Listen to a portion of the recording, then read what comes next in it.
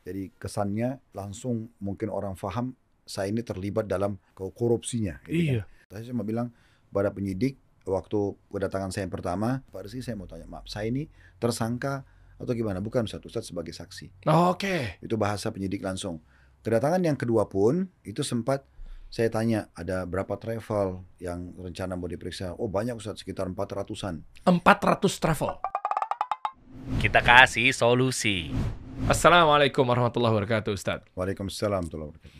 Ini langsung aja lah kita to the point karena memang publik juga udah tahu dan penasaran sebetulnya, dan alhamdulillah mudah-mudahan ini menjadi eksklusif karena saya meminta beliau juga untuk hadir di sini, bilang juga Ustadz kalau bisa mungkin di kita ini clear semuanya, jawab memang apa yang sedang beredar terkait pemanggilan seorang Ustadz Khalid Basalamah itu yang dilakukan oleh KPK.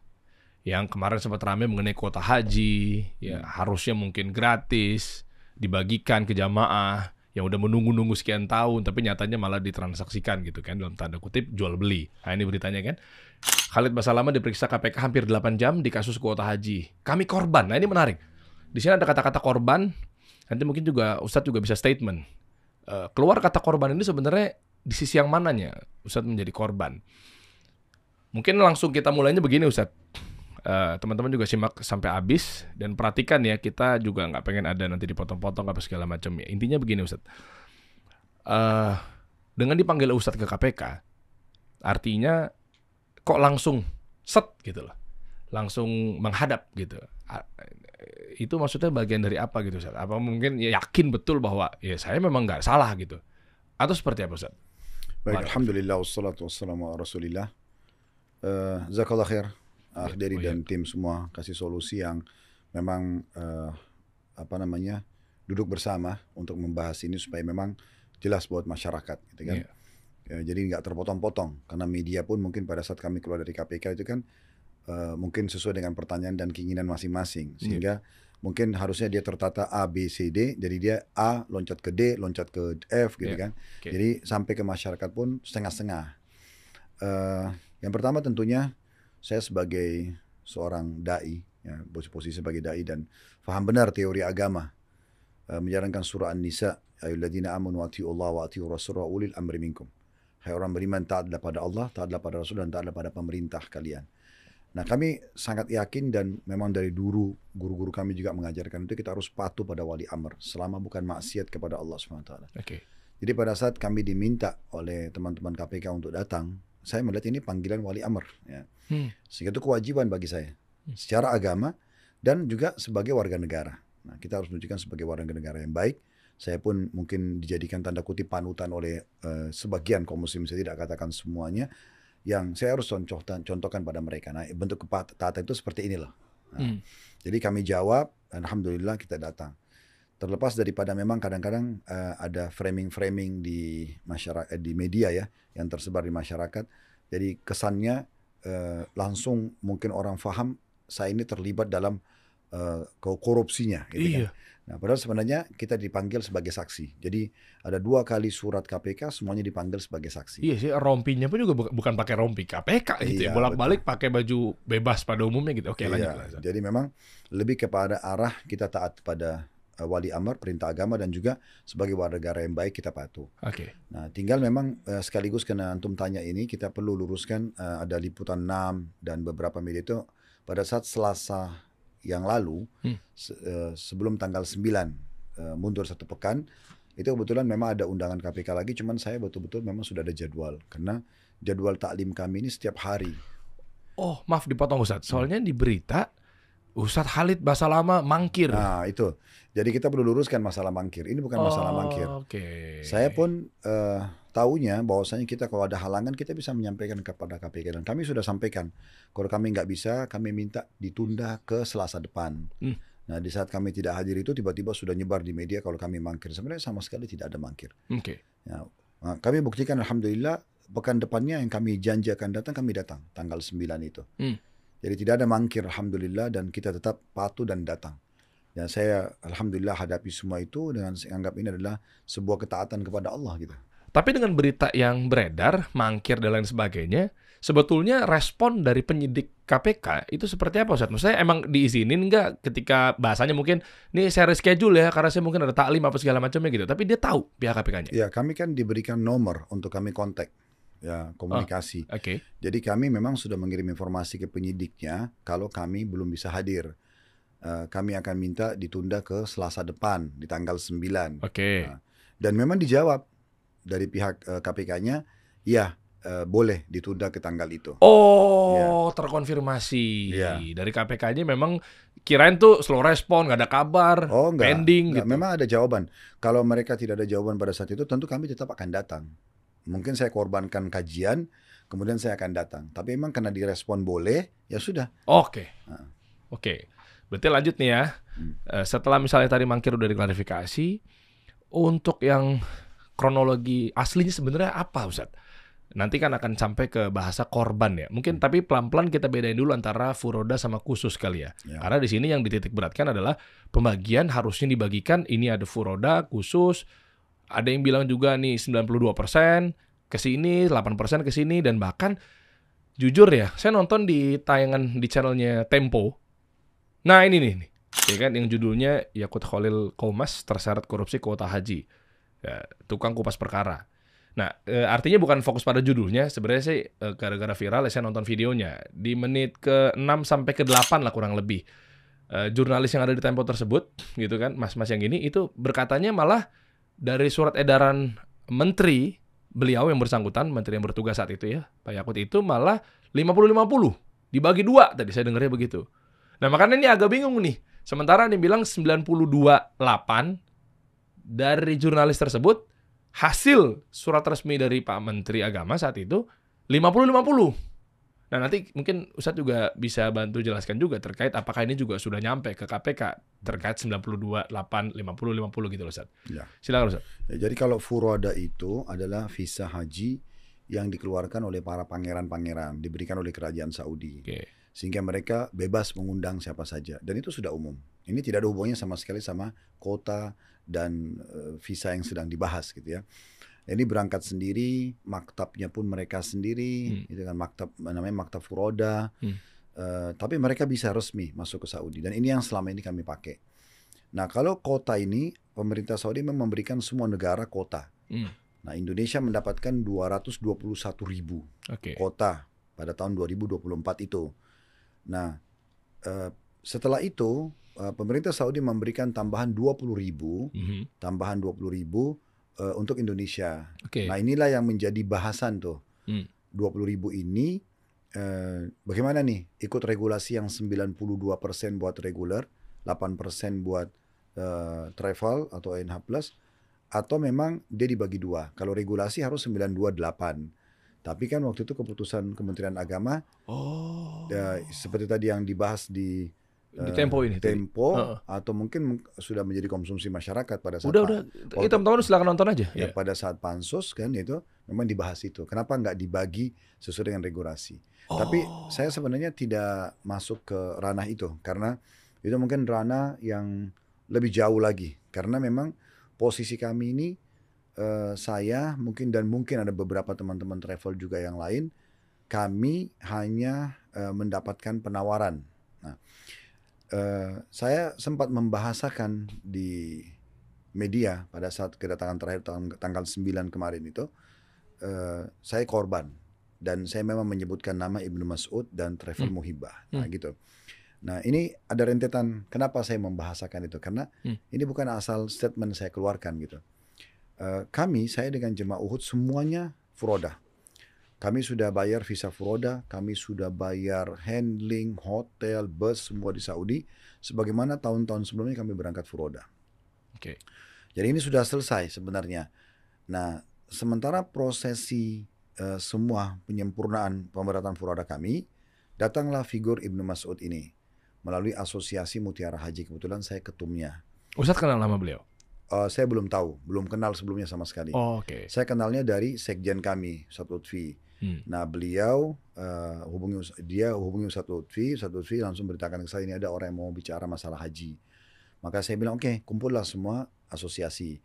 Saya, sekjen, kemudian Kadif Haji, bendahara dan segala macam, kita kumpul semua di situ.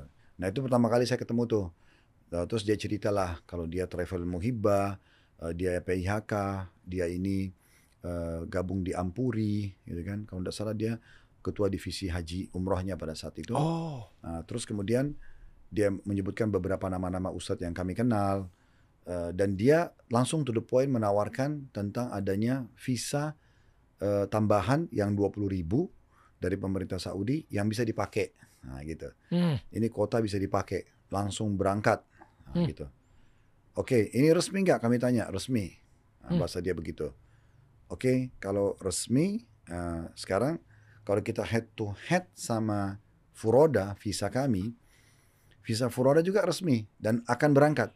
Oke. Cuma ini juga mau berangkat, berarti sebenarnya ini balance, belum ada nilai plus yang bisa membuat saya pindah aja deh, gitu kan? Ya. Kemudian tiba-tiba saja dia membahasakan juga kalau kota itu bisa mendapatkan maktab VIP. Ditawarkanlah di selembaran kertas itu maktab VIP zona A, zona B. Nah, maktab VIP ini memang yang menarik buat kami. Karena maktab Furoda itu jauh. Sehingga ini bisa menjadi nilai plus selama visa itu resmi. Kemudian tidak melanggar peraturan ya. Kami pahami itu berarti legal. Terus kemudian dapat maktab VIP. Oke, ini maktab VIP menarik nih. Karena dekat sekali sama Jamarat. Maktab VIP itu biasanya di sana dikenal dengan zona biru. Waktu itu zona biru. Dia datangkanlah gambar. Ya seperti ini. Oh ini gambarnya. Yang VIP yang dekat Jamarat tuh berarti yang atas ya Ustaz ya? Betul. Jadi ini semua yang biru ini sebenarnya zona biru dianggap zona VIP. Cuman yang bagian atas ini zona buat Asia Tenggara. Jadi Indonesia, Malaysia, Brunei gitu-gitu. Yang di sebelah sini seingat saya ini buat Eropa. Ya. Bawah? Ya. Intinya ini yang biru semua zona VIP. Nah ini yang bisa masuk adalah kota. Kalau Furoda nggak bisa masuk ke sini. Makanya karena di bagian atas ini adalah Jamarat, sangat dekat dengan Jamarat, maka kita tertarik. Waktu itu ada maktab 111 sampai 115. Itu berarti haji khusus ya? Haji khusus. Yang dimaksud dengan kota teman-teman ya. Jadi Furoda nggak mungkin di situ? Nggak bisa. Oke. Nggak bisa. Nah, ini akhirnya menarik ini. Oh, kita bisa masuk sini nih. Selain visanya resmi, kita juga bisa dapat maktab VIP. Oke. Nah, berjalan waktu tentu ada penjelasan tentang masalah visa itu dibayar 4.500 dan waktu itu kami karena Uhud Tour pun izin PIHK kami, izin haji itu keluar akhir 2023. Sementara ini kan kejadian haji 2024. Jadi kami sudah dapat jatah untuk kota, tapi memang harus antri. Biasanya itu 6-7 tahun ke depan. Nah ini 6-7 tahun ke depan ini dia kita berarti belum bisa berangkat di tahun itu. Tapi karena ini dibahasakan ini adalah percepatan, ini adalah resmi, bisa dipakai. Oke, kalau gitu tidak ada masalah.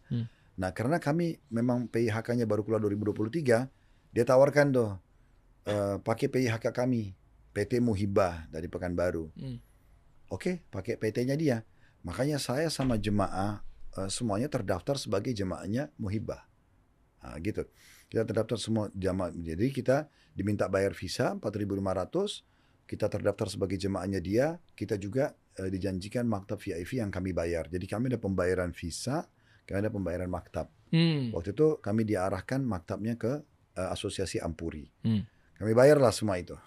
Dan ini betul-betul kami nggak tahu nih tentang praktek lapangannya seperti apa. Karena kita travel Uhud pun yang Allah amanahkan di kami itu kita belum pernah urus kota sebelumnya. Jadi kita betul tidak tahu tentang masalah kota ini bayar atau tidak dan segala macam itu. Makanya waktu penyidik KPK menanyakan saya, Ustaz tahu nggak kalau visa ini gratis? Saya bilang saya nggak tahu. Oh. Ya, kenapa Ustaz? Kenapa saya nggak tahu? Saya bilang Bapak kalau tanya saya, karena selama ini umroh visanya bayar, Furoda bayar, dan memang kami nggak tahu kalau visa kota ini gratis. Saya baru tahu ini. Karena bagi saya tadinya semuanya ini berbayar. Ibnu Mas'ud juga nggak ngasih tahu bahwa ini gratis atau bayar? Dia minta bayar. Oh ya. Dia kan yang minta bayar. Makanya keluar angka 4.500 gitu. Jadi kami bayar itu. Jadi sampai prosesi pembayaran visa, maktab udah selesai semuanya, gitu kan? Dan akhirnya ditanya, Ustadz mau maktab yang mana nih? Karena ada zona A, zona B, zona C. Jadi kayak gambar ini tentang yang paling atas itu yang ada kayak building, ada King Fahad Root itu. Ini adalah Jamarat. Ini eskalator Jamarat. Jadi maktab yang paling dekat ini, maktab 111. Di sini ada 111, 112, 113, terus aja sampai 115. Nah, ini terus 115 itu paling belakang. Di sini. Yang atas ini. Ya, ini ada 2. 115. Ini sama yang kecil itu. Yang kecil di segitiga ini ya? Iya, betul. Itu dikenal dengan islandnya, kayak pulaunya gitu. Nah, ini semua maktab Asia Tenggara. Oke. Nah, seperti itulah. Jadi kami tahu. Makanya waktu ditanya, Ustadz mau maktab yang mana? Saya bilang, saya mau maktab yang paling eksklusif. Waktu itu ada 112. Tapi karena maktab-maktab ini dipegang oleh perusahaan swasta yang menang tender di Saudi. Jadi setiap maktab itu biasa memberikan servis berbeda dan mereka bersaing. Yang paling terkenal 112. Tapi waktu itu bahasanya sudah dibook oleh Malaysia. Sehingga kami pindah ke maktab 111. Memang dia dekat dengan Jamarat, tapi servisnya sedikit lebih kurang dari 112. Oke lah, kita bayar. Sudah deal nih. Kurang lebih mungkin 2 pekan sebelum berangkat, tiba-tiba saja dari pihak Ampuri memberitakan ke staf kami kalau kita pindah dari 111 ke 115. Ya. Jadi kami bingung nih, kenapa dipindah, ada apa? Ya ini sudah keputusan. Jadi kesannya harus menerima sepihak. Gitu. Dan akan dikasih kompensasi dipindahin ke maktab 115. Kami udah tekankan itu ke Ibnu Mas'ud ini. Ini kan dari awal janjinya 111. Iya. Kenapa pindah? Nah, kita juga sudah bicara sama waktu itu Pak Firman selaku Ketua Ampuri. Kami tanya juga, ya bahasanya ngarahnya adalah ya ini keputusan. Jadi kita harus lihat siapa orang yang lebih dahulu membayar atau apa, nah itu baru bisa dapat. Tapi kan ini tadinya tidak ada bahasa ini. Kesimpulan terakhir adalah terpaksa kita pindah dari 111 ke 115. Mereka bilang ada kompensasi, saya lupa antara 1.000 sampai 1.800 real per orang. Terus saya sudah bahasakan, saya tidak butuh uang, kita tidak butuh uangnya. Jemaah sudah kita terlanjur bahasakan. Waktu kita mengambil visa ini, kita akan tetap di maktab 111 eksklusif gitu kan. Nah, terpaksa kita bahasakan ke jamaah, kemudian kita kembalikan kompensasi ke jamaah. Sebelum memang Ampuri mengembalikan dana kepada kami. Karena memang waktu kami konfirmasi ke Ampuri, berulang kali kami kontak untuk menyelesaikan itu setelah selesai haji pun terlalu bertele-tele gitu. Ya, akhirnya kesimpulan terakhir, Uhud ini masih punya tunggakan bayaran. Jadi ada selisih yang harus dibayar. Akhirnya bukan kembali kompensasi kami, tapi malah harus kami nombok. Oke lah, kami selesaikan pada saat itu. Tapi kondisi visa yang kami dikasih dan harus bayar ini, kami tidak tahu kalau itu adalah ilegal misalnya, atau pemakaian kota yang harusnya tidak dipakai. Karena ini dijamin resmi, yang kami pun terdaftar di travel dia yang punya PIHK, gitu kan. Kami dijanjikan maktab VIP, tapi akhirnya dari 111 pun kami dipindahkan ke 115. Plus lagi, yang mengagetkan waktu itu, kami pindah ke 115. Nah kebetulan kami ditaruh di island itu. Ya. Yang rame-rame banyak ratusan itu? Yang kecil. Oh yang kecil, yang segitiga ini? Oke. Ya. Nah, apa kelebihannya yang kecil? Yang kecil berarti tendanya lebih sedikit. Otomatis berarti antri makan dan antri kamar mandinya juga lebih sedikit. Nah, waktu kami tiba di sana hari Tarwiyah tanggal 8 Zulhijjah, itu kami diperlihatkan kertasnya dari masyariknya. Masyarik itu yang memang yang pegang tender ini. Uhud Tour tertulis di situ. Kami di island. Maka saya datang ke sana, tapi kaget karena di tenda itu sudah dipenuhi oleh jemaah Indonesia. Lah ya ini siapa nih? Kok bisa? Saya akhirnya karena saya tidak tahu harus ngomong sama siapa karena kelihatannya semua jemaah. Nah terus saya langsung ke orang Arab yang ada kantornya di situ, memang yang pegang maktab itu. Ini saya dari Uhud Tour. Ini di gambar ini tulisannya kami di tenda ini, tapi ini ada orang. Dia jalan lah sama saya ngecek tenda itu segala macam. Oh iya ada orang nih. Oke, kayak kembali ke kantornya, kita diskusi ini apa jalan keluarnya. Karena jemaah saya sudah turun dari bus, cuaca waktu itu agak panas kan musim haji. Untungnya masih tanggal 8 Zulhijjah, karena hari Tarwiyah ini dianggap sunnah, tidak semua jemaah haji turun di situ ya. Ya mereka biasanya nanti tanggal 8, hari Arafah baru mereka turun. Nah akhirnya saya bilang, oke kita kembali ke tenda tadi, siapa tahu ketemu pemimpinnya. Waktu saya dikagetkan untuk kembali ke tenda itu ternyata ada Ibnu Mas'ud. Loh iya, loh saya bilang, antum kok di sini? Bukan ini tendanya Uhud. Dia bahasanya sudah kita gabung aja. Oh, ana nggak mau gabung, saya bilang. Kenapa harus gabung? Dari awal waktu kita minta maktab, kita sudah mengalah nih dari 111 pindah ke 115. Dan dari awal sudah saya bahasakan waktu kita ambil tenda, saya mau tenda sendiri ya. Karena kita punya sholat berjamaah dengan jemaah, kita punya taklim sendiri, ada konsultasi pribadi. Kalau gabung sama dia, apa kelebihannya jemaah Uhud? Nggak eksklusif lagi gitu kan. Ya udah, karena lagi pakai ihram saya nggak mau ribut. Ini kenapa kok harusnya kan dia pindah gitu. Terus kita masuk ke tenda kita. Akhirnya saya diskusi sama orang Arab yang ada di situ, kami dipindahkan ke tenda yang di atas, yang 115 yang di atas. Nah yang di atas ini kendalanya adalah tendanya lebih banyak. Otomatis antri makan dan ininya juga lebih panjang. Oh iya. Terutama kamar mandi. Terlebih lagi kamar mandi misalnya 5 pintu itu hanya 3 yang bisa diaktifkan. Aduh. Ya, ini sangat mengganggu sekali. Jadi rentetan visa ini kami dipastikan itu resmi. Terus kami juga terdaftar sebagai jemaahnya di Travelia dan kami diminta bayar visa, kami bayar. Jadi bukan sengaja kami cari, memang itu saya pun sebagai jemaah di situ. Terus kemudian maktab kami dijanjikan 111, terus dipindahkan 115. Di 115 pun tenda kami dipakai oleh dia. Akhirnya kami pindah ke yang lebih besar itu, di maktab 115 di sana. Setelah negosiasi sama orang Arab yang ada di sana, dia bilang udah pakai tenda ini aja. Yang uniknya, hampir setiap hari orang Ampuri datang kepada kami. Terus, Ustadz ini bukan tendanya Ustadz. Loh, kalau bukan tenda saya di mana? Menurut gambar tenda saya dipakai oleh Ibnu Mas'ud. Suruh dia keluar, jemaah kami masuk di sana. Bilang gitu. Akhirnya dia pergi lagi, datang lagi besok. Jadi ini masalah demi masalah muncul gitu di lapangan. Saya sudah merasa terzalimi karena harus pindah dari 111 ke 115. 2 kali pindah. Tenda kami dipakai sama dia, terus kemudian disuruh gabung sama dia. Waktu itu kemudian pindah lagi ke maktab yang di sebelahnya, di tenda sebelahnya. Udah selesai. Akhirnya udah alhamdulillah kita berjalanlah haji itu. Pulang haji, pas kasus pansus itu, tiba-tiba salah satu staf kami dihubungi oleh pihak Muhibbah. Minta ketemu, terus uang yang 4.500 visa dikembalikan. Loh, kok dibalikin? Nah iya, itu kan posisi kami nggak ngerti. Kita sebagai jemaah dia kan, kita diminta bayar, kita bayar. Kita dikembalikan. Dan ada bahasa mereka, ya ini jangan ada kamera, jangan ada tanda terima. Ya sudah, staf kami waktu itu karena tiba-tiba dia dikasih, ya udah diambil, terus dilaporin kepada saya. Saat ini ada uang pengembalian. Uang apa? Ya katanya uang visa. Saya waktu itu karena tidak tahu ini visa tidak boleh dijual belikan. Oh, ini dikembalikan uang untuk apa? Nggak tahu tanda kutip apakah cuci tangan atau apa, kita nggak ngerti. Oh paham. Ya akhirnya kita terima uang itu. Akun tim pun tanya, Ustadz ini uang diapakan? Saya juga nggak ngerti diapakan. Datanglah surat KPK pemanggilan.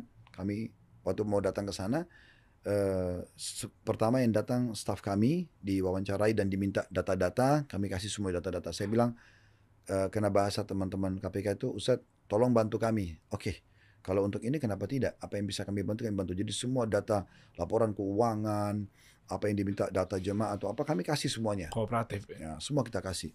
Makanya kan waktu kedatangan kami yang pertama kan KPK merespon positif karena kita datang dan kita memang tadi. Nah, sudah selesai. Terus akun tim bilang, Ustadz kita taruh aja nih uang ini adalah pengurangan biaya visa karena kita tahu itu pembayaran visa. Ya udah, kita tulis begitu. Di KPK pun sudah masuk, kami sudah kasih, itu adalah pengurangan visa, gitu kan. Nah, uang ini pada saat kita mau diapakan uang ini? Saya juga tidak ingin pakai untuk beli tiket, kita kan ada pembukingan tiket, pesawat, ada hotel, umroh kan terus berjalan. Tapi uang ini kita masih ragu nih, dipakai atau tidak. Jadi saya biarin aja. Sampai akhirnya panggilan yang kedua, KPK minta uang itu dikembalikan. Jadi kita kembalikan uang itu ke KPK. Kita kembalikan uang itu ke KPK. Nah waktu itu juga ada jemaah kami sekitar 37 orang. Waktu sebelum berangkat haji, itu visanya belum keluar. Kami konfirmasi ke pihak Muhibbah, ini kenapa, ini kenapa. Lama baru ada jawabannya. Terakhir jawabannya, ya ini kalau mau keluar, bayar $1.000 per orang. Berarti 37.000. Ini selain daripada jamaah yang sudah bayar 4.500. Sebenarnya sudah bayar 4.000, ini tambahannya. Kursnya dolar ya teman-teman ya? Ya, pakai dolar, $4.500 per visa. Itu sudah kami bayar. Nah, tapi dari 4.500 itu kali 122 jemaah, itu memang yang yang keluar visanya, yang belum keluar tuh 37. Nah, itu kami komisakin kenapa nggak keluar? Kita kan sudah bayar. Ya ini kalau mau keluar bahasa mereka ya ditambah $1.000 per jamaah. Nah, itu bahasa Ibnu Mas'ud. Jadi dia bayar $1.000 jadi kali 30 37.000. Kami bayarlah. Ternyata setelah itu kami tahu itu uang dianggap itu adalah jasanya dia. Kok tiba-tiba ada jasa? Nah itu saya sempat tanya. Waktu pertama dia datang untuk nawarkan visa segala, dia bilang kami mau bantu untuk memudahkan segala macam. Terus saya bilang kenapa? Tiba-tiba antum minta jasa. Dia bilang antum ini kayak orang nggak ngerti. Lah? Ya, antum sudah dibantu begini begitu bahasanya sambil marah-marah. Loh, antum ustadz masa antum nggak paham? Terus sebentar, justru karena saya ustadz saya harus paham. Saya tahu ini halal haramnya di mana nih gitu. Udah dia marah-marah pokoknya sampai dia waktu itu mengancam tidak mau melanjutkan proses visanya Uhud, visa kami. Pokoknya jemaah Uhud sudah tidak boleh diurus gitu kan. Nah, kecuali mungkin kalau kita bayar itu, ya udah kita bayar karena kita nggak mungkin mundur. Nggak ada akadnya padahal ya, tapi tetap dibayar Ustaz ya. Seperti itulah. Nah makanya teman-teman KPK tuh saya sampaikan semua ini, mereka bilang Ustaz, yang ini yang 4.500 kali sekian jemaah kembalikan ke negara Ustaz. Oke. Yang 37.000 juga dikembalikan ke negara. Maaf dipotong Ustaz, boleh spesifik nggak? $4.500 tadi dikali sekian jamalnya berapa Ustaz? 122. Itu semuanya dikembalikan ke negara? Tapi 122 itu dipotong 6 orang petugas. Karena ada petugas. Oh, free of charge? Ya, petugas. Jadi yang kita bayar 118. Nah, waktu mereka mengembalikan uang ke kami, itu yang dikembalikan 115. Jadi bukan 118 pengembaliannya. Ini biar clear. Berarti masih ada 3 jemaah 4.500 kali 3 yang belum kembali kepada kami. Itu sudah kami sampaikan semua ke KPK, gitu kan. Alhamdulillah kami waktu store uang 4.500 kali jumlah jemaah kami sudah punya tanda bukti. Ditandatangani pakai materai. Waktu kami juga store uang 37.000, kami juga punya bukti. Kami juga bayar maktab VIP ke Ampuri, juga ada buktinya. Itu semua sudah saya serahkan ke KPK. Nah ini buktinya kami seperti ini. Nah jadi lanjut, seperti itu. Nah waktu mereka kembalikan uang dan akhirnya KPK menanyakan tentang visa ini. Pertanyaan penyidik itu, Ustadz tahu nggak kalau visa ini gratis? Saya bilang saya nggak tahu. Setahu saya bayar karena umroh selama ini bayar, furoda bayar. Ustadz itu gratis loh Ustadz. Loh berarti yang dia minta uang 4.500 itu nggak boleh dong kan gitu. Oke. Jadi, makanya dia balikin. Makanya dibalikin. Nah inilah rentetan sejarah panjang. Kenapa saya ambil satu kesimpulan untuk ditanya sama media. Saya korban. Dan saya menyebut nama Ibnu Mas'ud karena memang orang ini yang datang. Travel dia Muhibah, travel ini yang dipakai nama-nama kami di situ. Jadi saya bukan mengarang-arang gitu. Ya. Kalau memang ada statement dari mereka nggak menipu, itu urusan mereka. Tapi kami membahasakan apa adanya dan kami punya datanya. Gitu. Oh Masya Allah, barakallahu fikum. Jadi artinya begitu. Ini coba saya rangkum sedikit ya untuk masalah yang kuota ini dulu nih. Sebelum kita lanjut ke pembahasan yang berikutnya. Datanglah jatah 20.000 untuk jamaah Indonesia.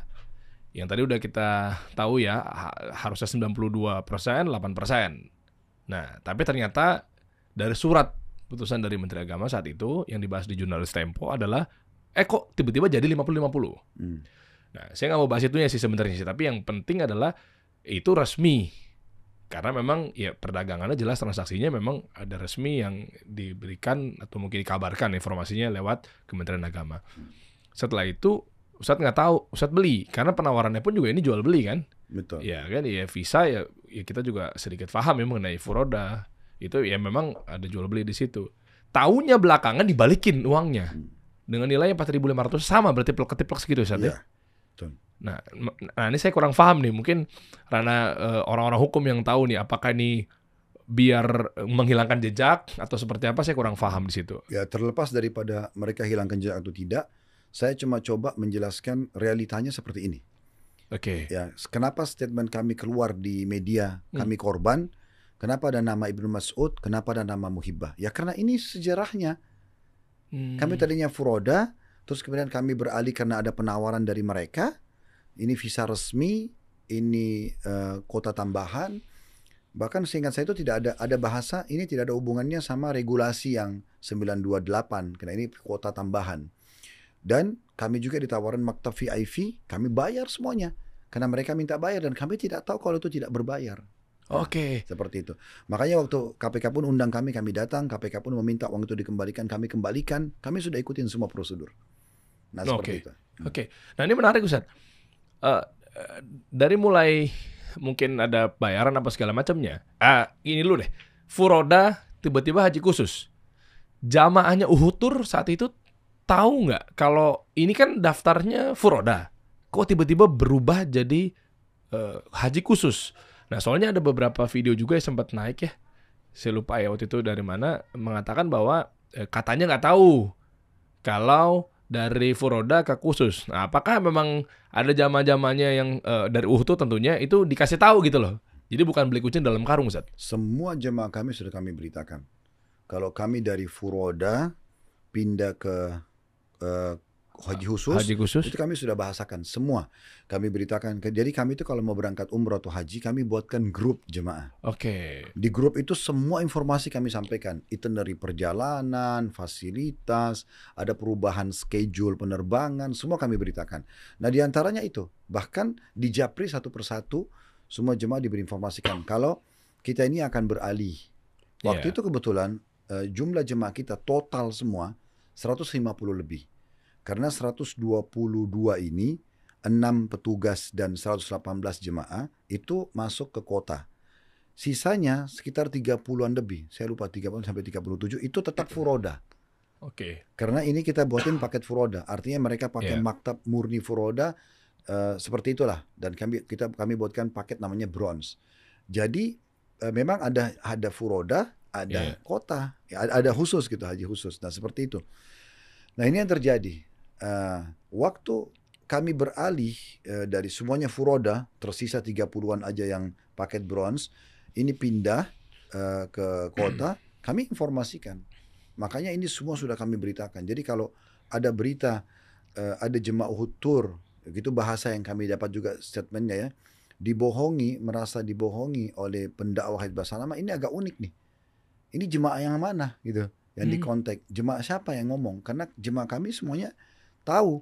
Dan begini rasionalnya, kalau memang betul dia merasa dibohongi, misal tanda kutip dia seperti yang diangkat oleh media, maka berarti dia harusnya bicara dari awal dong sebelum berangkat.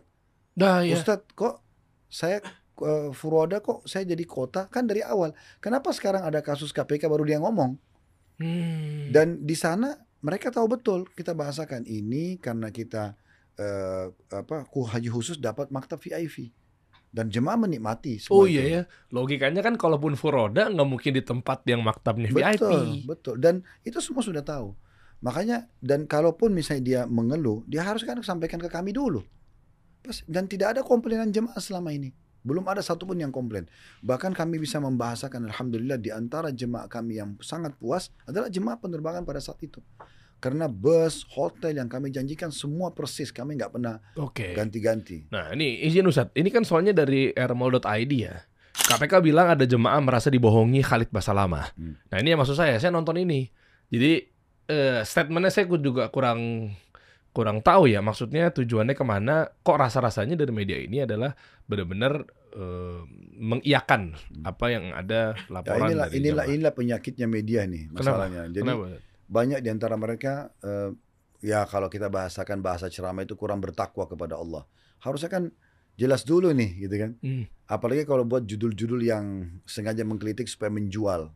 Karena pada saat ini dibahasakan, kami konfirmasi ke jamaah-jamaah kami.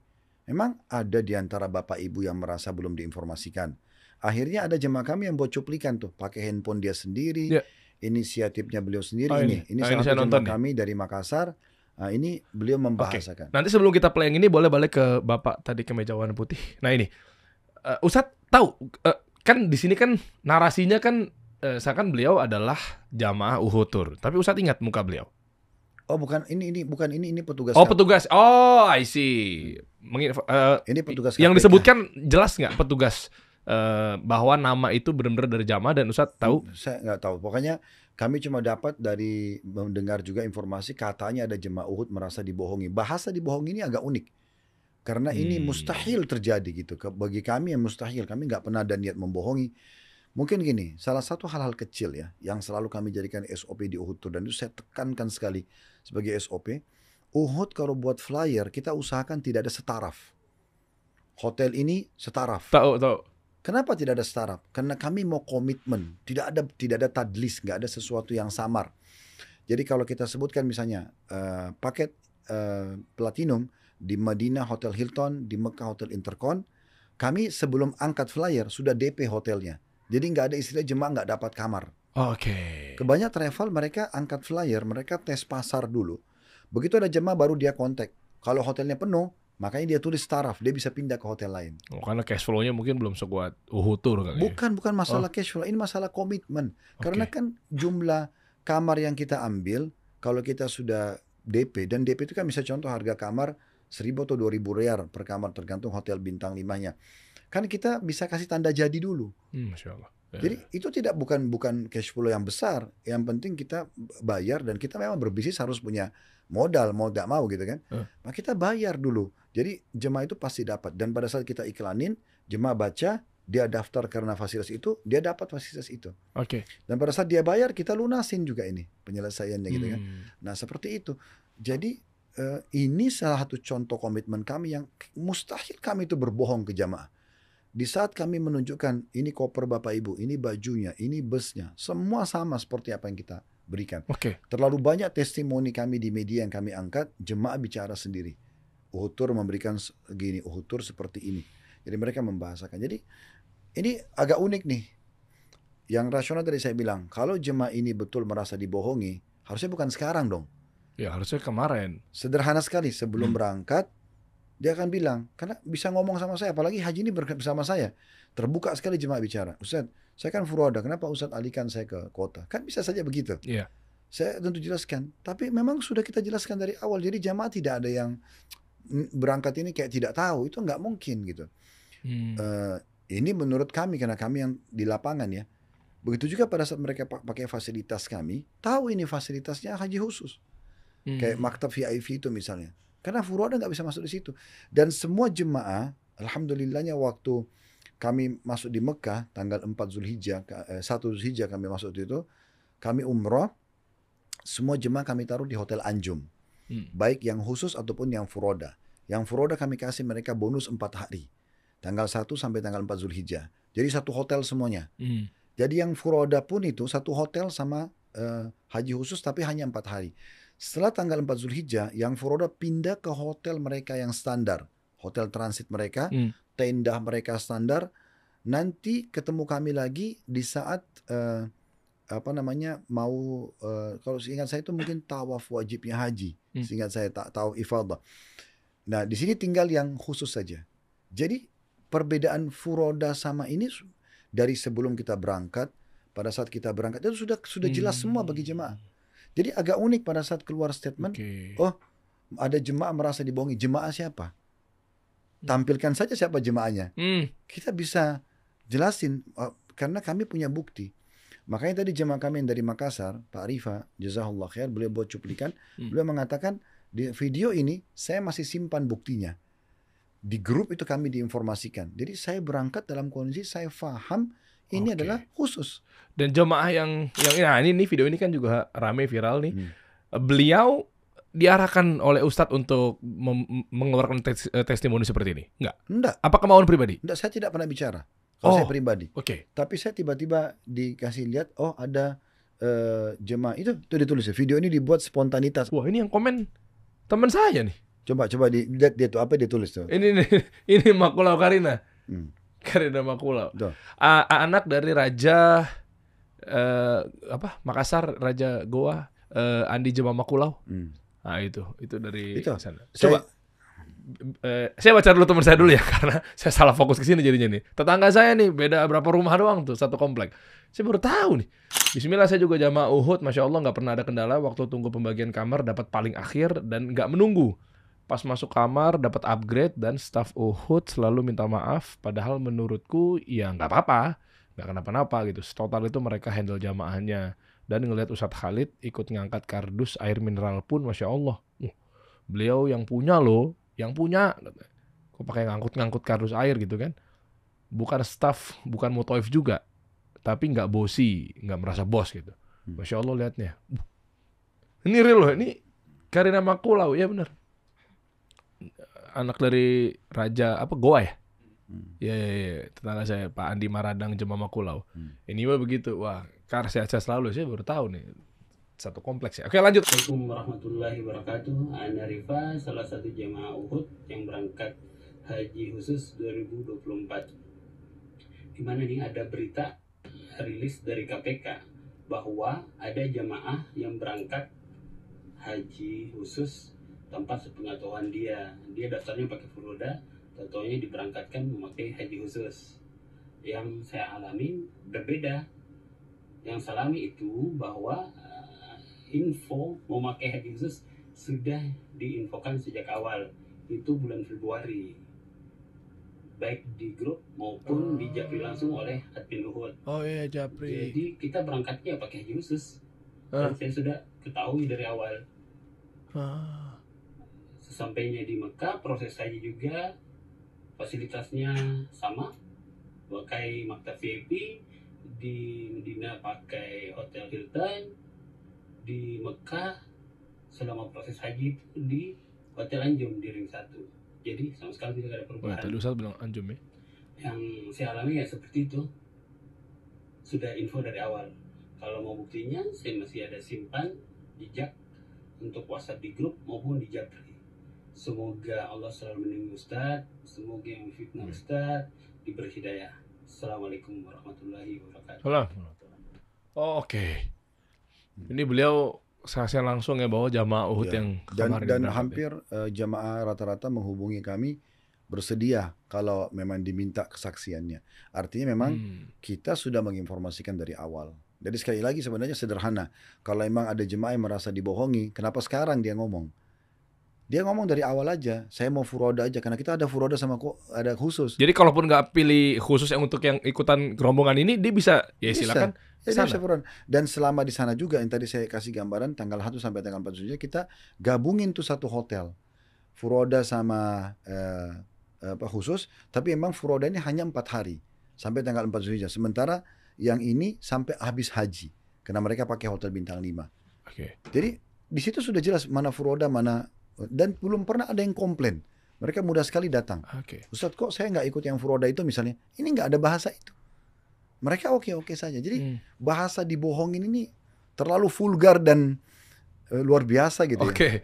Nah, udah nyampe KPK belum? Atau mungkin gini, hasil dari putusan KPK seperti apa Ustadz? Dari kan semuanya pasti dijelaskan kan di berita juga ngangkat 7,5 sampai 8 jam gitu.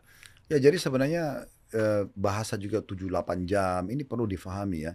Saya memang belum pernah masuk di KPK seperti kemarin, baru 2 kali ini. Saya melihat sebenarnya kan ada proses ya. Kita datang, ada registrasi, terus kemudian pada saat duduk mulai dibuka, kadang-kadang nanya kabar, habis itu baru mulai bertanya pertanyaan, dan kita ada break sholat, ada makan siang, habis duhur, lanjut lagi, habis asar break lagi sholat.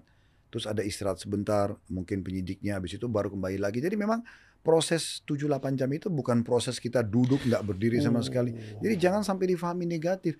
Saya pun di dalam pada saat lagi ditanya-tanya, setelah selesai ada teman-teman penyidik yang bertanya, Ustadz mau tanya masalah hukum begini bagaimana? Jadi saya sambil jawab. Sambil tanya jawab juga? Saya sambil jawab pertanyaan agama. Itu yang terjadi. Jadi saya tidak merasa sama sekali saya di sana sebagai orang yang bersalah atau saya terkekang. Saya biasa aja. Saya pulang dari KPK pun saya tetap isi taklim biasa.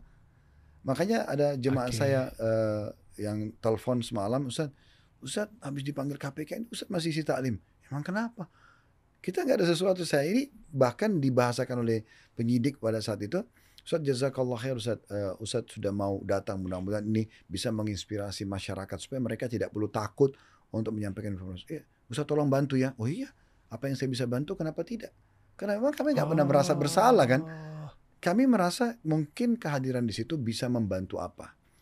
Tapi sekali lagi sebenarnya saya tidak perlu masuk ke ranah terlalu jauh ke situ. Intinya saya ingin menjelaskan kenapa keluar statement kami korban. Nah ini loh Ya, rentetan oke. sejarahnya gitu. Jadi Oke. biar berurut A, B, C, D, E sampai habis gitu. Oke. Heeh. Ya.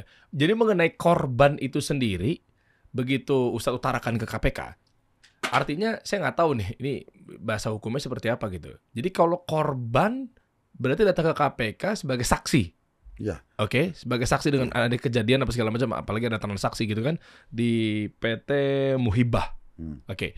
Setelah itu dinyatakan korban. Terus apa respon dari KPK bahwa jawaban Ustadz adalah mengenai korban? Ya mereka catat saja. Oke. Mereka catat dan mereka catat semua. Jadi mereka tanya bagaimana pertama ketemu Ibnu Mas'ud, Oke. apa yang ditawarkan. Ya seperti itu saya paparkan. Saya paparkan semua apa adanya. Oke. Lalu totalnya ada berapa Ustadz travelnya? Kalau boleh tahu ini kan semacam kayak konsorsium ya. Jadi dari PT Muhibah berangkat total jamaah seluruhnya berapa Ustadz? Saya tidak tahu kalau oke. mereka berapa. Tapi yang jelas saya sama jemaah Uhud karena sudah siap paspor, Iya. udah siap semua. Karena ini kan sudah siap untuk furoda. Tinggal itu yang kami serahkan. Kami Oke. tahu cuma jemaah kami. Saya pun berharap sebenarnya yang saya bahas adalah lingkup jemaah saya saja. Oke. Ya, saya tidak mau tiba-tiba tampil di media mengatakan korban terus ingin mengkambing hitamkan orang, sama sekali tidak. Oh iya. Nggak, maksud saya Karena ini historinya. betul. Maksudnya gini, apakah memang Ustadz sendirian atau memang ada banyak travel juga atau seperti apa gitu? Yang mana nih yang ikut ke Muhibah? Iya. Saya nggak tahu. Kalau itu saya tidak tahu. Tapi dari asosiasi kami pun ada yang ikut sama mereka sekitar 20 orang kalau tidak salah. Itu urusan asosiasi. Tapi pakai travel apa? Pakai Muhibah juga. Oh, Ya. oke.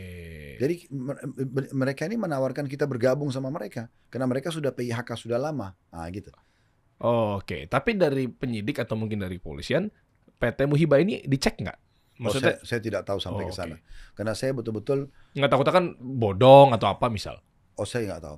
Saya sudah sebutkan nama, mereka bisa cek. Kami pun waktu disebutkan Muhibah, kami sempat cek awalnya. Oh ya, memang travelnya ada, memang PIHK ada, memang Ibnu Mas'ud ini bergabung di Ampuri di divisi haji, gitu-gitu kan. Kami udah cek semua waktu awal. Oh berarti ini visa resmi, ini memang orang di Ampuri, orang ini punya PT Muhibah. Kita pun daftar. Saya sampai bawa ke KPK tuh list nama kami memang sebagai jemaah Muhibah. Nama saya pun ada Muhibah. Jadi memang kita resmi semua di situ. Ini loh yang terjadi. Nah, realitanya begitu. Realitanya seperti ini ya. Nah, artinya tinggal jawabannya berarti Ustaz ya. Tinggal jawabannya seperti apa rilis dari KPK-nya. Next-nya apa gitu? Kita boleh tahu. Saya tidak tahu. Saya cuma bilang pada penyidik waktu kedatangan saya yang pertama ada satu bapak, saya namanya Pak Rizky. Saya tanya salah satunya waktu kami ada jedah istirahat sebentar, Pak Rizky saya mau tanya, maaf saya ini tersangka atau gimana? Bukan Ustaz sebagai saksi. Oh, oke. Itu bahasa penyidik langsung. Kedatangan yang kedua pun itu sempat saya tanya ada berapa travel yang rencana mau diperiksa. Oh banyak Ustaz, sekitar 400-an. 400 travel? Begitu bahasa tadi yang saya dengar dari penyidiknya. Terus kemudian ini setelah saya sampaikan semuanya, saya paparkan karena saya datangkan data-data. Kalau kami ditawarkan maktab ini, kami dipindahkan terus. Ini saya datangkan semua, saya sampaikan. Ini nama kami listnya di Muhibah. Ini tanda penyerahan kami uang 4.500 yang mereka minta pakai matre. Ini pembayaran 37.000-nya yang diminta. Kami serahkan semuanya. Jadi memang setelah itu saya sempat bertanya, habis ini apa Pak? Ya udah, nanti kalau memang kami butuh, baru kami konfirmasi lagi ke Ustadz. Jadi tidak ada bahasa nanti Ustadz akan ditahan atau Ustadz akan ada panggilan lagi, itu tidak ada sama sekali. Ya udah, mereka dapat informasi. Saya cuma merasa ya saya selama ini saya merasa saya kok jadi korban ya. Karena saya tadinya sudah tinggal berangkat sama jemaah saya, tapi karena ditawarkan ini visa resmi, maktab VIP, ya udah kita jalan gitu. Anggaplah tadi bulat deh 400 travel misalnya, menurut tadi laporan kan.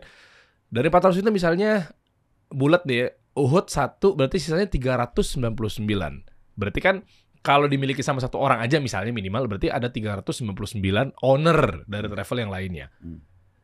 Kok di sini rasa-rasanya apakah kenapa Ustadz itu yang menjadikan seakan-akan menjadi aktor utama? Nah ya nggak tahu.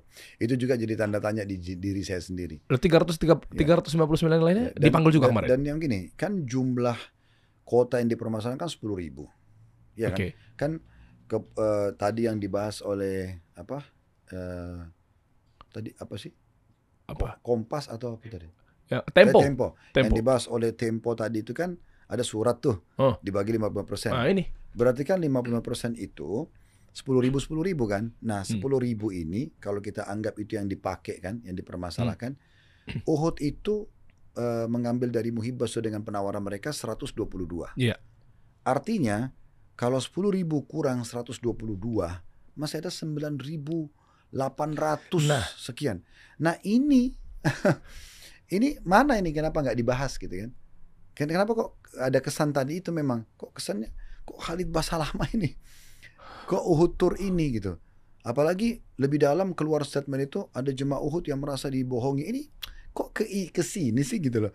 Ini bahasanya kemana sebenarnya arahnya? Kan harusnya ngerucut aja ke inti permasalahan apa gitu. Jadi ya sudah, yang penting kalau saya sih, saya sudah jawab sebagai warga negara. Saya tahu teori agama, saya ustadz pada wali amr. Saya ditanya historinya, saya ceritakan semuanya. Dan saya mengeluarkan kata-kata saya korban karena alasan saya sudah saya paparkan tadi. Jadi semuanya apa adanya. Kita bukan sengaja mau kambing hitamkan orang atau menyerang, tidak. Saya memang sampaikan apa adanya. Saya tidak mau, sebab saya sebagai figur di agama, salah satu dari sekian banyak Masya Allah dai-dai kita di Indonesia ini, saya cuma salah satunya. Yang saya tidak mau, di belakang kita ini ada, kami sebagai dai ada Islam, ada Al-Quran, ada ajaran Nabi Muhammad SAW. Nanti orang anggap nilai negatif. Oh, Ustadz bisa bohongin jemaahnya ya. Nah, saya nggak mau ini, karena memang tidak benar. Alhamdulillah kita cukup gentle. Kalau salah kita katakan salah, kalau enggak ya enggak. Wah, Masya Allah. Maksudnya kooperatif juga ya, bisa dibilang, mungkin datang ke sana apa segala macam ngejawab gitu. Dan datang kemarin sempat rame juga 1, 2, 3, 5 orang ya, 4 orang ya Ustadz ya. Itu kan ada pengacara juga di sana. Nah artinya kalau misalnya, ini bahasa saya sih awam sekali ya, kalau misalnya Ustadz tidak merasa salah, kenapa harus bawa rombongan pengacara Ustadz? Oke. Alhamdulillah alladzi bi ni'mati tutimmus shalihat. Itu sunnah Nabi kita ucapkan. Segala puji dan puja kehadirat Allah yang semua kebaikan tersempurnakan dengan izinnya. Saya tidak pernah berpikir pakai pengacara. Tapi jazahullah khair, Dr. Faisal selaku pengacara, beliau datang dan beliau menawarkan mau mendampingi kami ya. Maka saya mengatakan silahkan. Kalau emang mau menolong kami dalam masalah ini silahkan. Akhirnya beliau hadir bersama kami ke sana mendampingi, supaya nanti jangan sampai juga ada mungkin ada bahasa-bahasa yang takutnya nanti dipelintir atau disalahgunakan, lalu saya tadinya tidak bersalah bisa jadi bersalah. Oke, sangat bagus, kenapa tidak gitu kan? Maka itulah sebabnya. Jadi bukan secara khusus gitu. Saya sengaja bayar pengacara dengan jumlah sekian, tidak ada sama sekali. Ini jazahullah khair, beliau dengan timnya datang ingin memberikan bantuan kepada kami. Kenapa saya nolak? Ya udah kami jalan sama-sama. Tapi memang harus 5 gitu, Ustaz.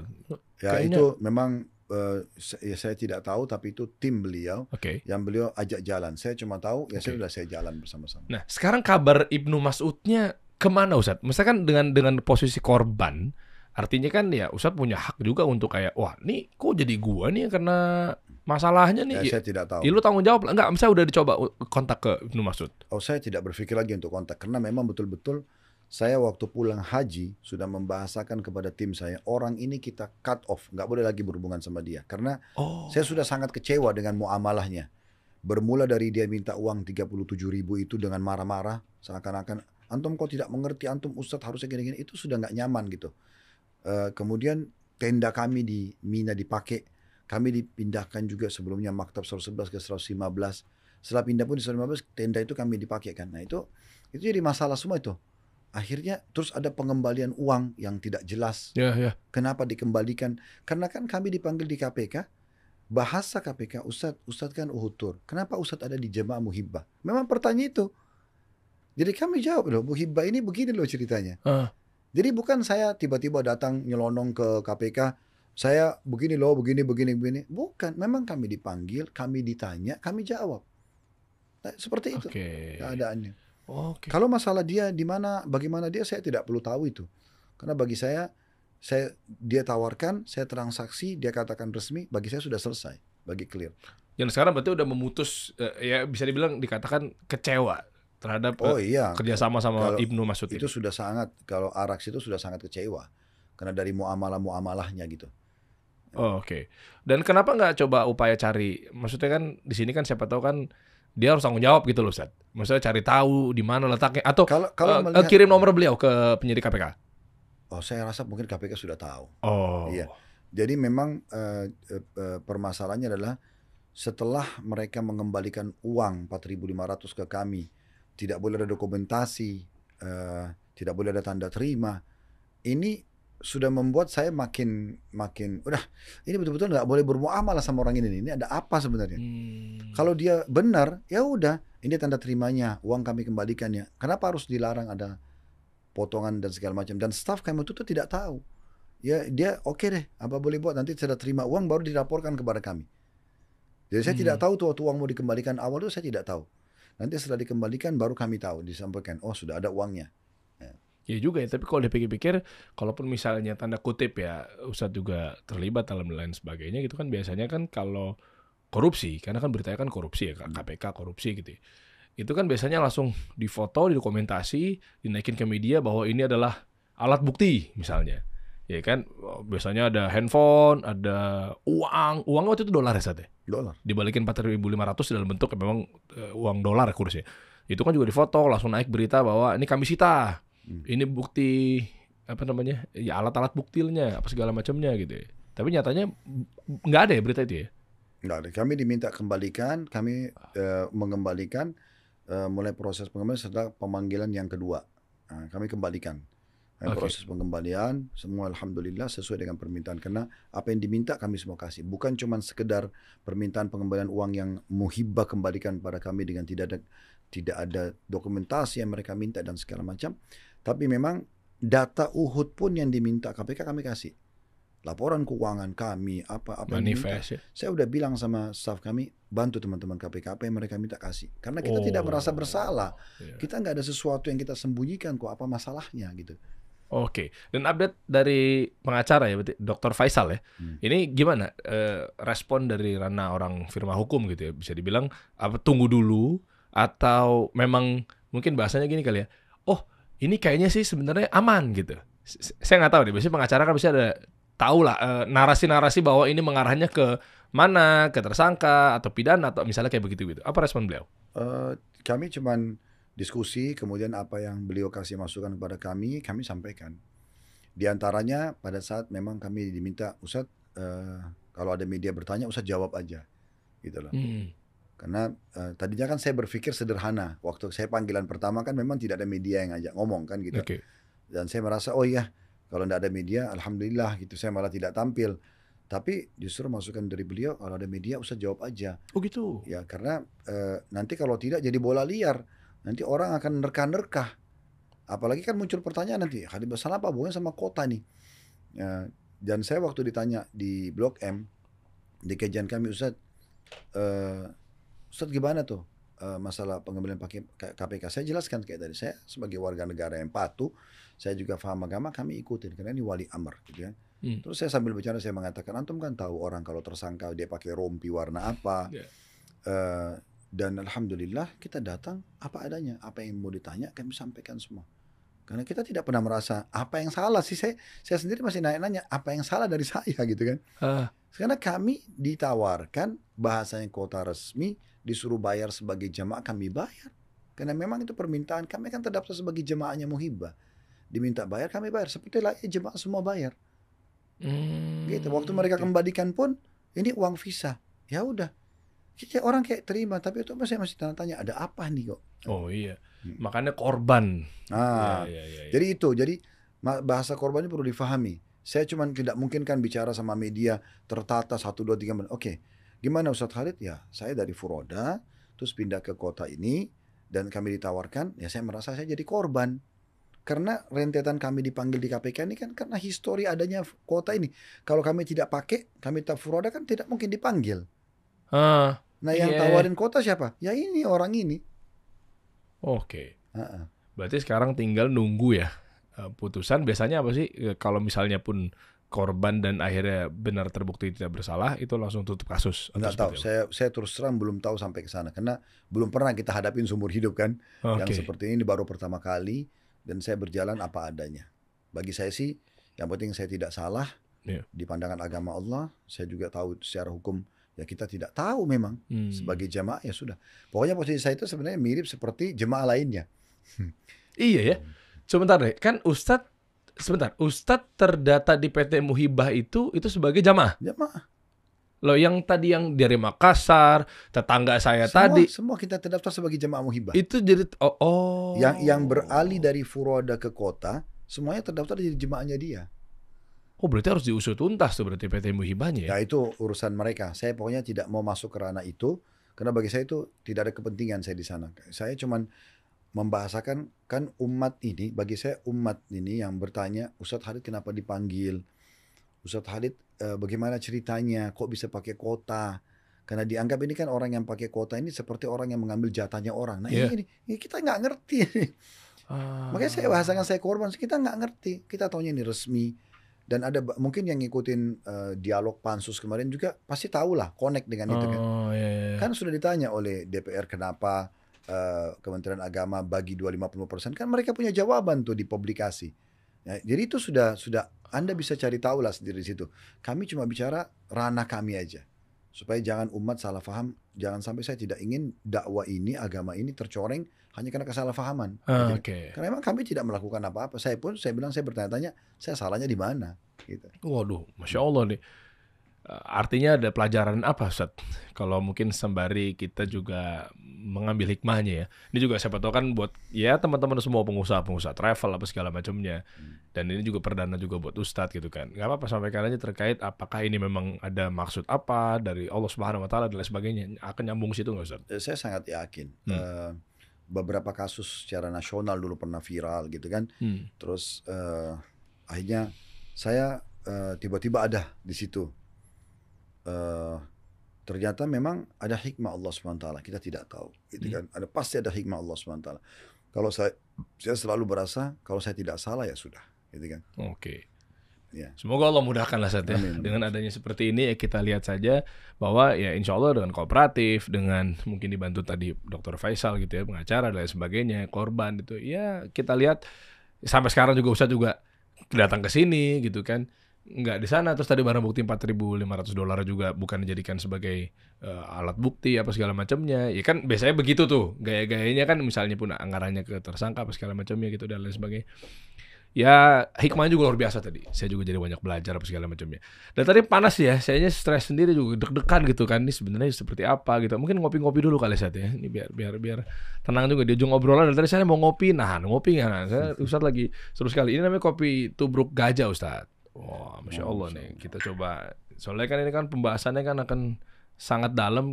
Izin Ustaz ngopi dulu Ustaz ya. Bismillah. Jadi kalau ngobrol yang berat-berat kayak gini teman-teman semua enaknya ditemenin sama yang bikin melek nih. Ini kopi tubruk gajah.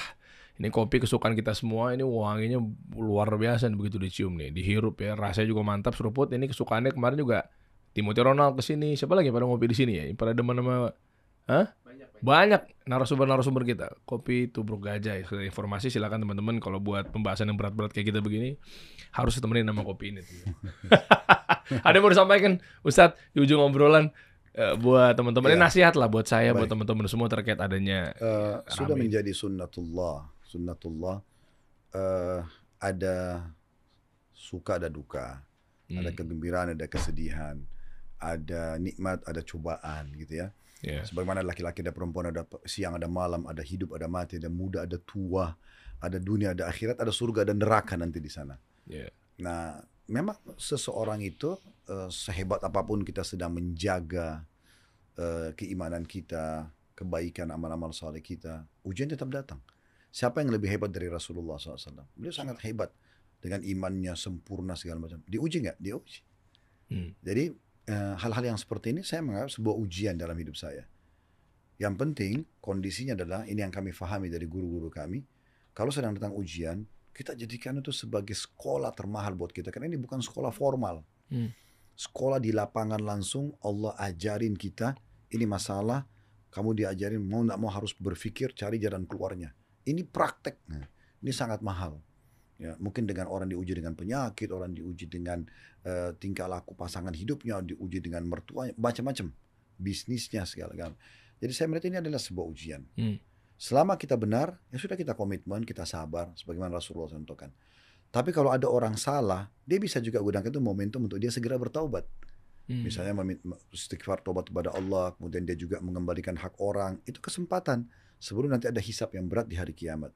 Nah itu mungkin hikmah yang bisa kita ambil dari ujian. Karena mungkin orang yang bertanya, oh sekelas Ustadz pun bisa diuji. Oh justru kata Nabi SAW, ujian itu datang sesuai dengan kadar iman seseorang. Makin kuat agamanya, makin berat ujiannya. Wow. Makanya Nabi SAW pernah demam berat. Kemudian seorang sahabat datang dan memegang di atas selimut beliau itu sampai terasa tembus panasnya kan. Beliau mengatakan, ya Rasulullah, Anda diuji dengan demam yang luar biasa. Kata Nabi SAW, iya, saya diuji 2 kali lipat dari kalian. Nabi nih. Terus kemudian sahabat itu mengatakan, ya Rasulullah, berarti Anda juga dapat double pahala. Kata Nabi SAW, iya. Besarnya pahala sesuai dengan besarnya kadar ujian. Dan orang akan diuji sesuai dengan kadar keimanannya. Tentu di sini bukan berarti oh kalau orang beriman berat ujiannya itu akan diuji apa yang tidak diujikan pada orang yang bukan. Kasusnya adalah Nabi lagi demam. Contoh misalnya orang normal tuh demamnya 40 derajat itu sudah harus dirawat biasanya kan. Mungkin Nabi itu bisa 50, 60, 70 mungkin. Jadi lebih berat aja. Mungkin kalau orang-orang yang biasa flu demamnya seminggu, mungkin orang beriman yang lebih kuat itu mungkin 10 hari. Jadi ujian-ujian yang sama, cuman mungkin dia lebih diberatkan. Tujuannya kata Nabi SAW, Allah terus menguji seorang mukmin di dirinya, di keluarganya, di hartanya sampai dia bertemu dengan Allah atau berjalan di muka bumi tidak ada dosa lagi. Jadi itu yang pertama. Jadi maksudnya ada ujian memang dalam kehidupan. Santai aja menghadapinya. Kita sudah punya perangkat yang sangat istimewa. Kalau ada nikmat, bersyukur. Ada ujian, bersabar. Ini 2 sayap kehidupan. Imbangi. Ada nikmat, tinggal bersyukur. Ada ujian, tinggal bersabar. Nah, sabar itu definisinya terima keputusan Allah dan ikhtiar cari jalan keluar. Contoh kita bangun tidur pagi, flu. Nah udah, kita nggak usah katakan, coba semalam AC saya nggak dinginin. Atau coba semalam saya pakai selimut. Itu nggak usah dibahas ke situnya. Kita tinggal, oh Allah lagi uji saya terima sebagai keputusan Allah, ujian sebagaimana Allah kasih nikmat, saya ikhtiar, minum obat, ke dokter, istirahat yang cukup, selesai. Nah, kita tinggal sabar, ini tinggal bersyukur.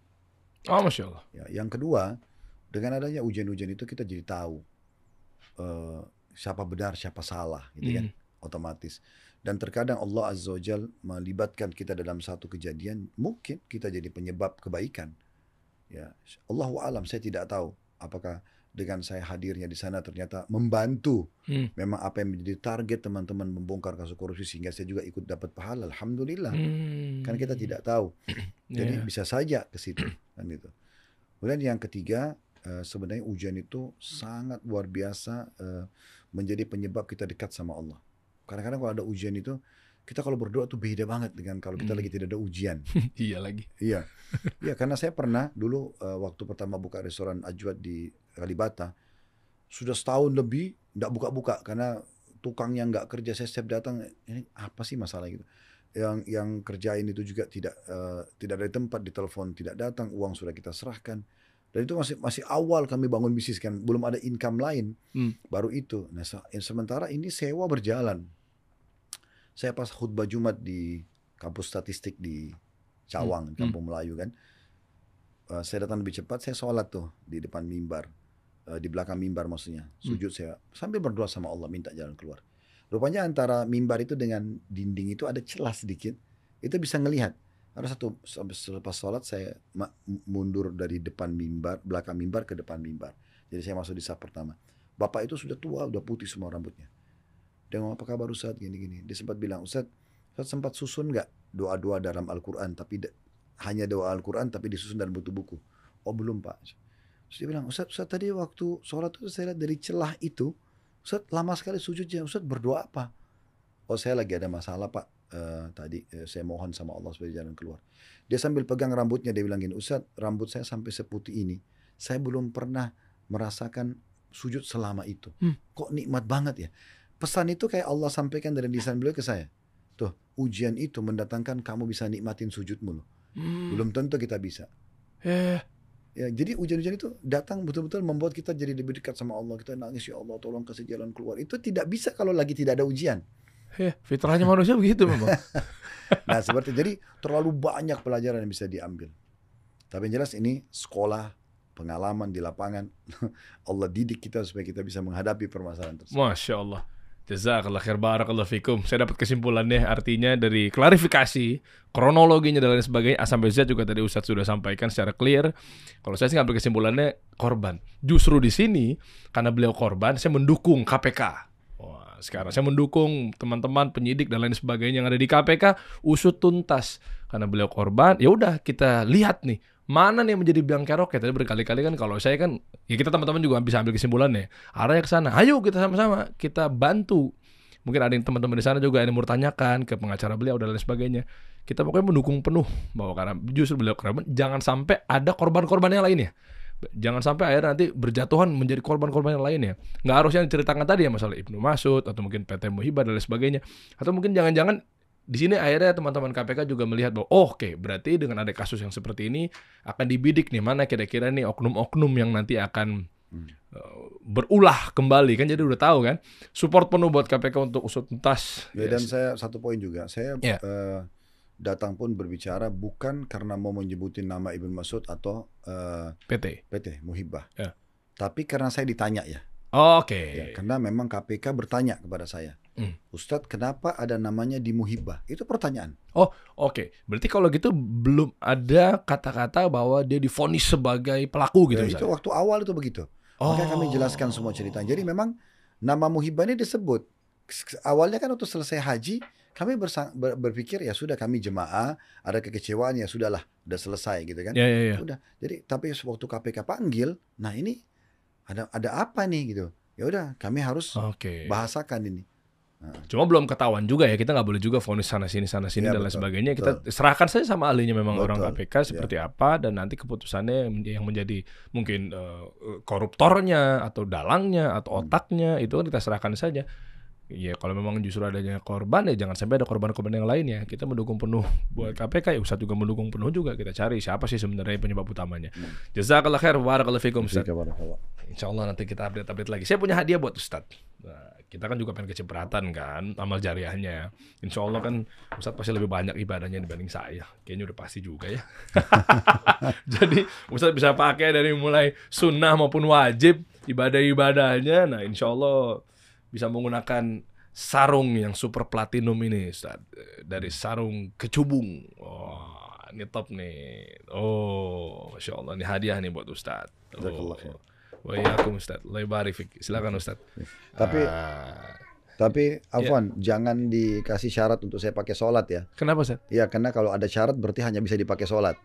Jadi sebagai hadiah saja. Hadiah. Memang hadiah Ustaz. Ya, jadi bebas mau dipakai sholat, mau dihadiahkan ke orang lain, semua boleh. Karena kalau dikasih syarat ini Ustaz dipakai sholat ya, takutnya jadi syarat dan akad. Nggak ada Ustaz. Ini hadiah Ustaz. Hadiah aja Ustaz. Makanya kan nama Ustaz kan Khalid, depannya K. Ini kan makanya saya kasihnya kecubung K juga Ustaz. Nggak ada hubungannya. Pure hadiah dari saya dan juga sarung kecubung. Terima kasih Ustaz. Assalamualaikum warahmatullahi wabarakatuh. Kita kasih solusi.